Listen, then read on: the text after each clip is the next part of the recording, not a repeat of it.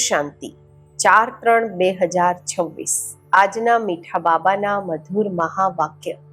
મીઠા બાળકો, તમારો ધંધો છે મનુષ્યોને સુજાગ કરવા, રસ્તો બતાવવો। જેટલો તમે દેહી અભિમાની બનીને બાપનો પરિચય સંભળાવશો એટલું કલ્યાણ થશે।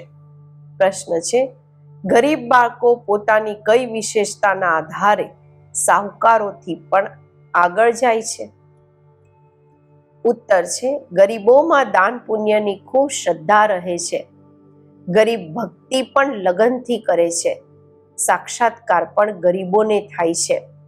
સાહુકારોને પોતાના ધનનો નશો રહે છે। પાપ વધારે થાય એટલે ગરીબ બાળકો એમનાથી આગળ ચાલી જાય છે। ગીત છે, ઓમ નમઃ શિવાય। ओम शांति। तुम मात पिता हम बालक तेरे, तुम्हारी कृपा से सुख घनेरे। આ તો જરૂર પરમ પિતા પરમાત્માની મહિમા ગવાયેલી છે। આ તો ક્લિયર મહિમા છે, કારણ કે તે રચયિતા છે। લૌકિક મા બાપ પણ બાળકોને રચે છે, બાળકોના રચયિતા છે। પારલૌકિક બાપને પણ રચયિતા કહેવામાં આવે છે। ઓમ નમઃ શિવાય ગીતની આગળ છે, પિતુ માતુ સહાયક સ્વામી સખા। આજે બાબા કહે છે બંધુ સહાયક, ખૂબ મહિમા ગાય છે। લૌકિક બાપની એટલી મહિમા નથી, પરમ પિતા પરમાત્માની મહિમા જ અલગ છે। બાળકો પણ મહિમા કરે છે, જ્ઞાનના સાગર છે, નોલેજફુલ છે, એમનામાં બધું જ્ઞાન છે। નોલેજ કોઈ શરીર નિર્વાહની,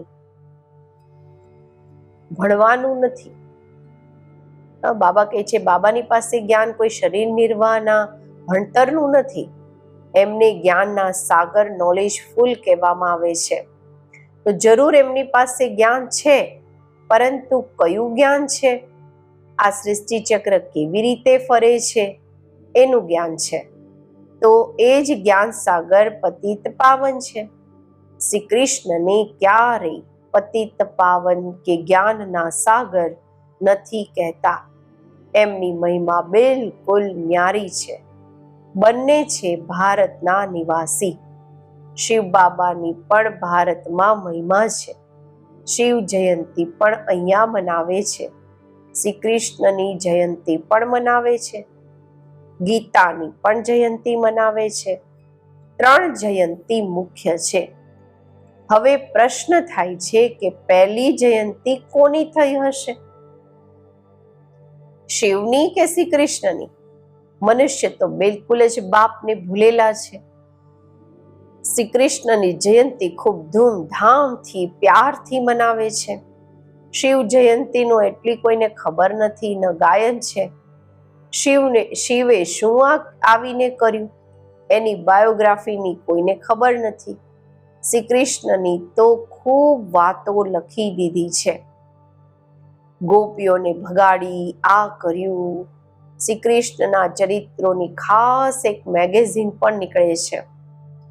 શિવના ચરિત્ર વગેરે કંઈ છે નહીં। બાબા કહે છે શ્રી કૃષ્ણની જયંતિ ક્યારે થઈ? પછી ગીતાની જયંતિ ક્યારે થઈ? શ્રી કૃષ્ણ જ્યારે મોટા થાય ત્યારે તો જ્ઞાન સંભળાવે। શ્રી કૃષ્ણના બચપનને તો બતાવે છે, એનું બાળપણ તો બતાવે છે ને। એને ટોપલામાં નાખીને પાર લઈ ગયા। બાબા કહે છે મોટા થયા એનું પણ બતાવે છે। રથ પર ઊભા છે, ચક્ર ચલાવે છે, 16-17 વર્ષના હશે। બાકી ચિત્ર નાનપણના બતાવે છે। હવે ગીતા ક્યારે સંભળાવી? એ સમયે તો નહીં સંભળાવી હશે જ્યારે લખે છે ફલાણીને ભગાવ્યા, આ કર્યું। એ સમયે તો જ્ઞાન શોભે પણ નહીં। જ્ઞાન તો જ્યારે ઉંમરવાળા થાય, વૃદ્ધ થાય ત્યારે સંભળાવે। ગીતા પણ કઈ થોડા સમય પછી સંભળાવી હશે। અત્યારે બાપ શિવે શું કર્યું કંઈ ખબર નથી। અજ્ઞાન ઊંઘમાં સૂતેલા પડ્યા છે.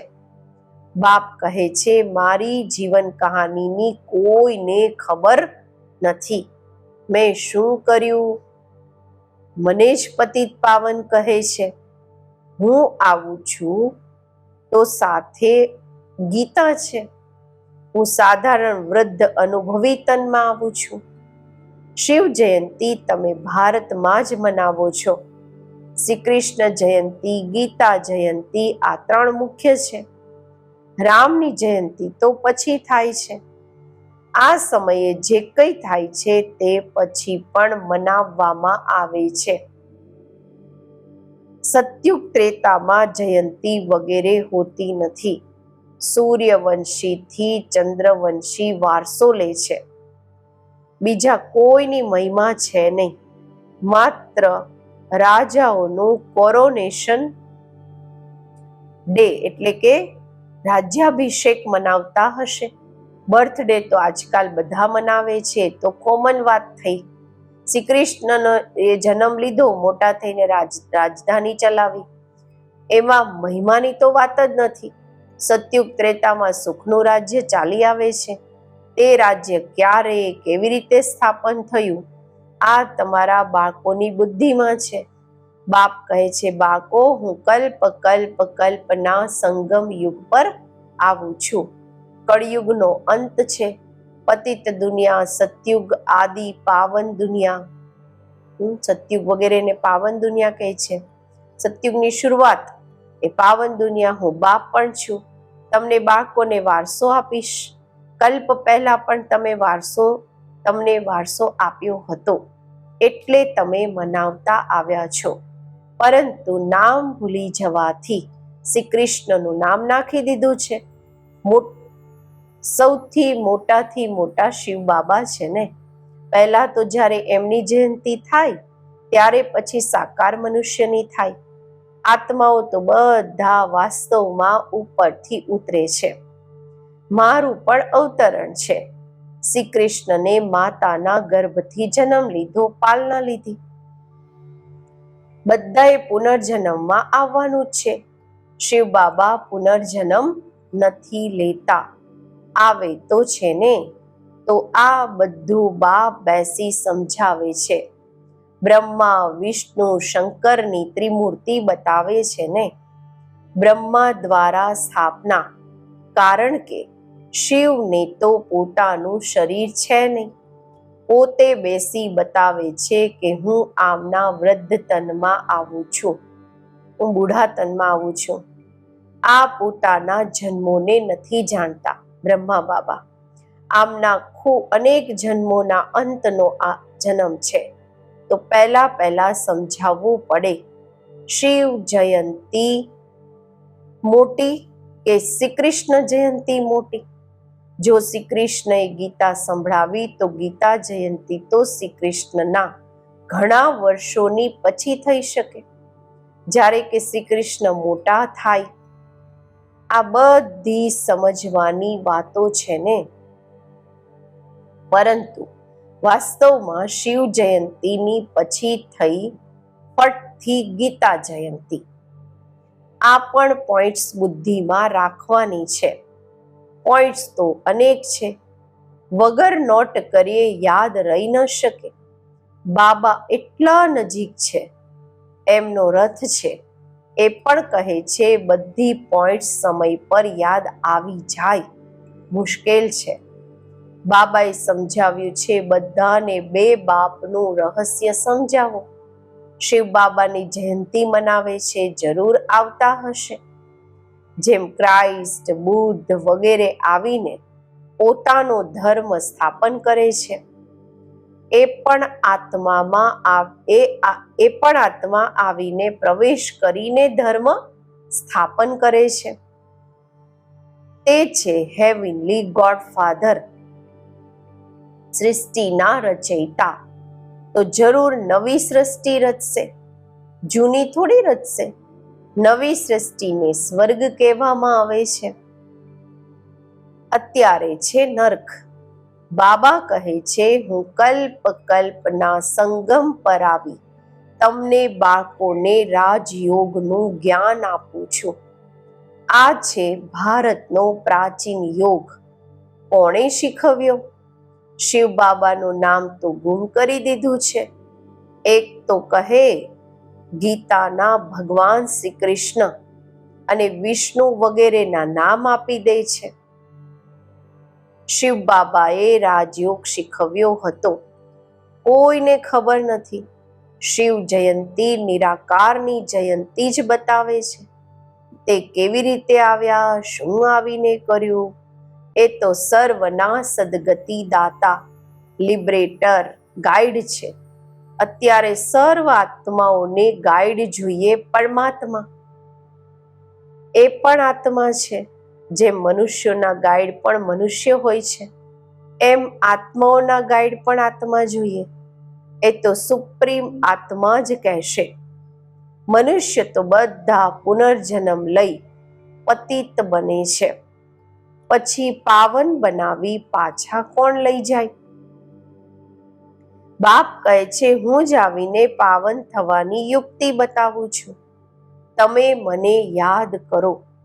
શ્રી કૃષ્ણ તો કહી ન શકે કે દેહના સંબંધને છોડો. તે તો 84 જન્મ લે છે, બધા સંબંધોમાં આવે છે. બાપને પોતાનું શરીર નથી. તમને આ રૂહાની યાત્રા બાપ શીખવાડે છે.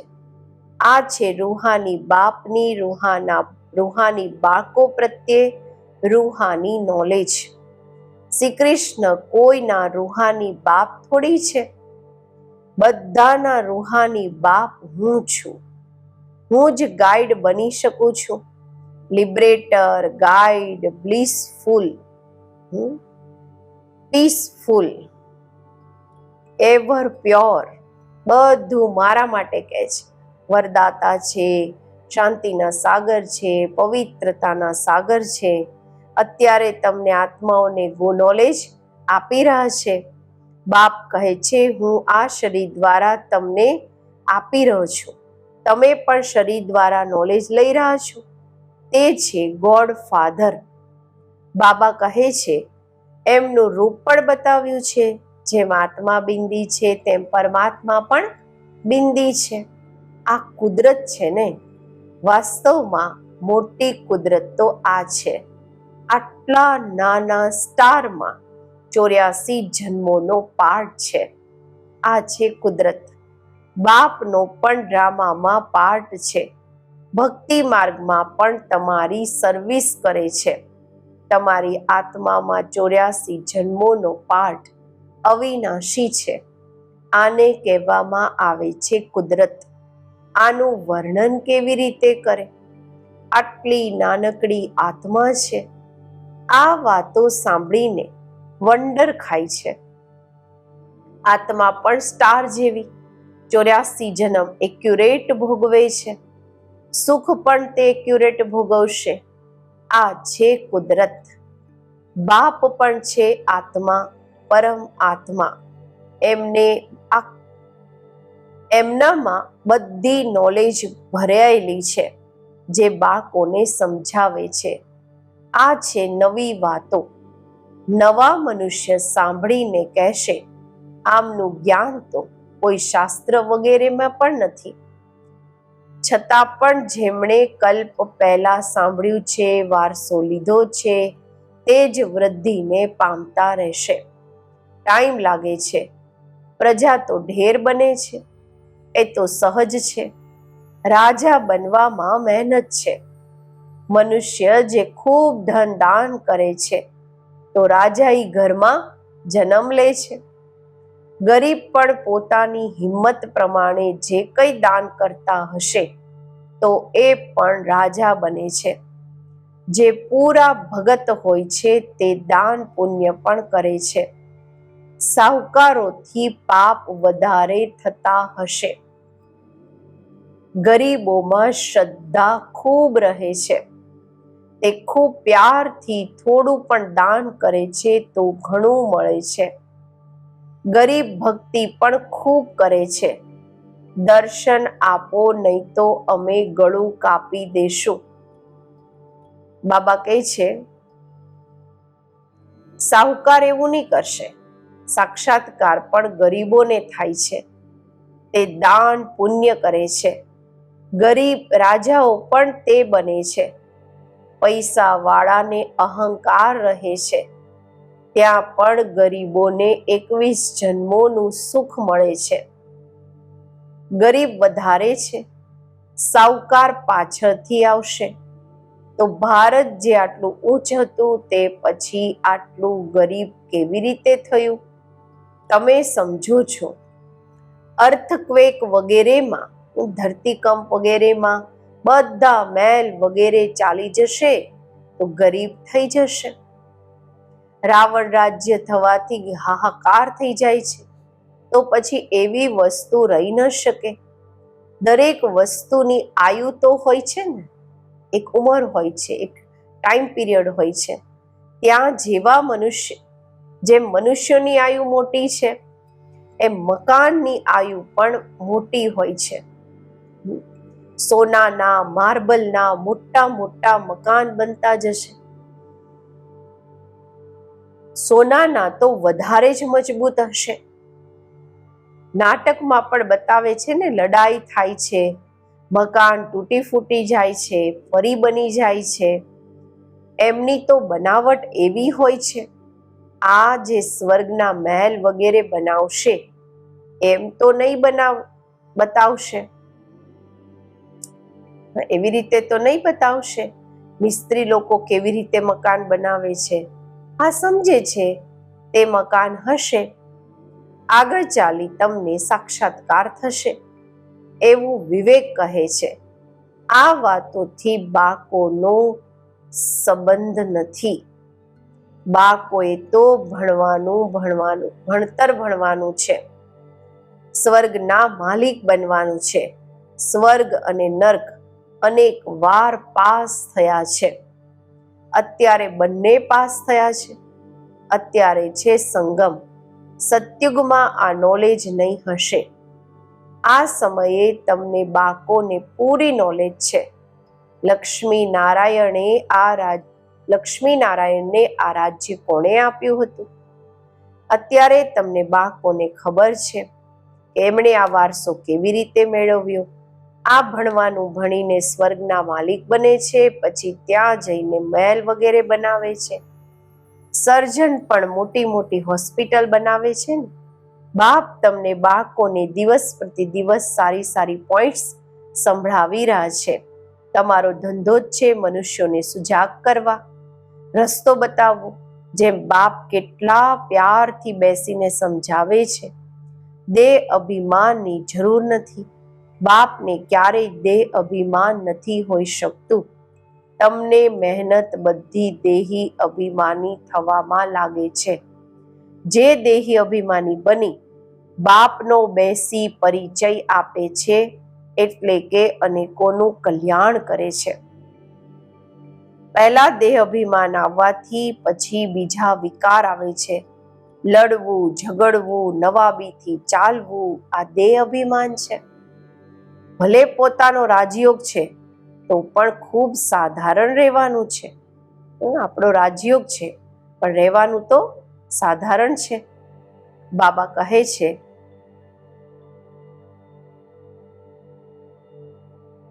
થોડી વસ્તુમાં અહંકાર આવી જાય છે. બાબા કહે છે, ઘડિયાળ ફેશનેબલ જોઈ તો દિલ થશે આ પહેરીએ, વિચાર ચાલતો રહેશે. આને પણ દેહ અભિમાન કહેવામાં આવે છે. સારી ઊંચી વસ્તુ હશે તો સંભાળવી પડશે, ગુમ થશે તો વિચાર ચાલશે, અંદર અંદર સંકલ્પો ચાલશે. અંત સમયે કંઈ પણ યાદ આવ્યું તો પદ ભ્રષ્ટ થઈ જશે. આ દેહ અભિમાનની આદતો છે. પછી સર્વિસના બદલે ડિસર્વિસ પણ જરૂર કરશે. રાવણે તમને દેહ અભિમાની બનાવ્યા છે. જુઓ છો બાબા કેટલા સાધારણ ચાલે છે. દરેકની સર્વિસ જોવામાં આવે છે. મહારથી બાળકોને પોતાનો શો કરવાનો છે. મહારથીઓને જ લખવામાં આવે છે, તમે ફલાણી જગ્યાએ જઈને ભાષણ કરો. એકબીજાને બોલાવે છે. પરંતુ બાળકોમાં દેહ અભિમાન ખૂબ રહે છે. ભાષણમાં ભલે સારા છે, પરંતુ આપસમાં રૂહાની સ્નેહ નથી. દેહ અભિમાન લૂણ પાણી બનાવી દે છે. કોઈ વાતમાં ઝટ બિગડી જવું. બાબા કહે છે કોઈ બી વાતમાં જલ્દીથી બગડવું આ પણ નહીં હોવું જોઈએ. એટલે બાબા કહે છે કોઈને પણ પૂછો છો તો બાબાને આવીને પૂછો. કોઈએ પણ કંઈ પૂછવું છે તો કોને પૂછો? બાબાને પૂછો. કોઈ કહે બાબા તમને કેટલા બાળકો છે? તો બાબા કહીશ કે બાળકો તો અગણિત છે, પરંતુ કોઈ સપૂત અને કોઈ કપૂત. સારા છે. એવા બાપના તો ફરમાન બરદાર વફાદાર બનવું જોઈએ ને. અચ્છા, મીઠા સિકિલધા બાળકો પ્રત્યે માતા પિતા બાપ દાદાના યાદ પ્યાર અને ગુડ મોર્નિંગ. રૂહાની બાપના રૂહાની બાળકોને નમસ્તે. આપણે રૂહાની બાળકોના રૂહાની બાપને નમસ્તે. ધારણા માટે મુખ્ય સાર. પહેલું છે, દેહ અભિમાનમાં આવીને કોઈ પણ પ્રકારની ફેશન નથી કરવાની, વધારે શોખ નથી રાખવાના, ખૂબ સાધારણ થઈને ચાલવાનું છે. બીજું, આપસમાં ખૂબ રૂહાની સ્નેહથી ચાલવાનું છે. ક્યારેય પણ લૂણ પાણી નથી થવાનું. બાબાના સપૂત બાળક બનવાનું છે. અહંકારમાં ક્યારેય નથી આવવાનું. આજનું વરદાન, પોતાના ભાગ્ય અને ભાગ્ય વિધાતાના ગુણ ગાવા વાળા સદા પ્રસન્ન ચિત્ત ભવ. બધા બ્રાહ્મણ બાળકોને જન્મથી જ તાજ તખ્ત તિલક જન્મસિદ્ધ અધિકારના રૂપમાં પ્રાપ્ત થાય છે. તો આ ભાગ્યના ચમકતા સિતારાને જોતા પોતાના ભાગ્ય અને ભાગ્ય વિધાતાના ગુણ ગાતા રહો તો ગુણ સંપન્ન બની જશો. પોતાની કમજોરીઓના ગુણ નહીં ગાઓ, ભાગ્યના ગુણ ગાતા રહો. પ્રશ્નોથી પાર રહો, ત્યારે સદા પ્રસન્નચિત્ત રહેવાનું વરદાન પ્રાપ્ત થશે. પછી બીજાને પણ સહજ જ પ્રસન્ન કરી શકશો.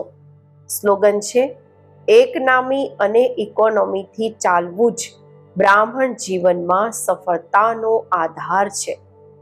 અવ્યક્ત ઇશારા, નિશ્ચય અને ફાઉન્ડેશનને મજબૂત કરી સદા નિર્ભય અને નિશ્ચિંત રહો. નિશ્ચય સદા જ નિશ્ચિંત બનાવે છે, અને જે નિશ્ચિંત સ્થિતિમાં રહીને કોઈ પણ કાર્ય કરે છે તે એમાં સફળ જરૂર થાય છે. કારણ કે નિશ્ચિંત સ્થિતિમાં બુદ્ધિ યથાર્થ જજમેન્ટ કરે છે. યથાર્થ નિર્ણયનો આધાર છે નિશ્ચય બુદ્ધિ, નિશ્ચિંત સ્થિતિ. એમાં વિચારવાની પણ આવશ્યકતા નથી. ઓમ શાંતિ.